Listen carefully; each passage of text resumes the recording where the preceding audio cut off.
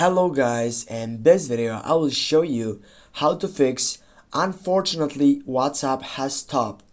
Now firstly get up into the application and then tap on the three dots on your right upper side. Then you need to go for the second selection, settings. Right after that you need to go and select the chat section, the second one, and you need to go right down for chat backup.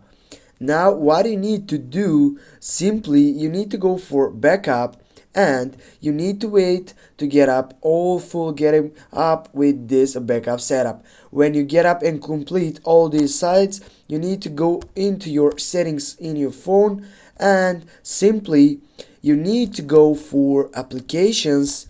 Then you need to select manage application, the second selection, and right after that on the search box you need to type for the application. In this case is WhatsApp. Just type WhatsApp, go for it, then scroll down and go for clear data, then go for clear all data, and after that just get back and you need to go into your Play Store and on the search box again type for WhatsApp. You need to go for it and you need to uninstall the application and then you need to install it again.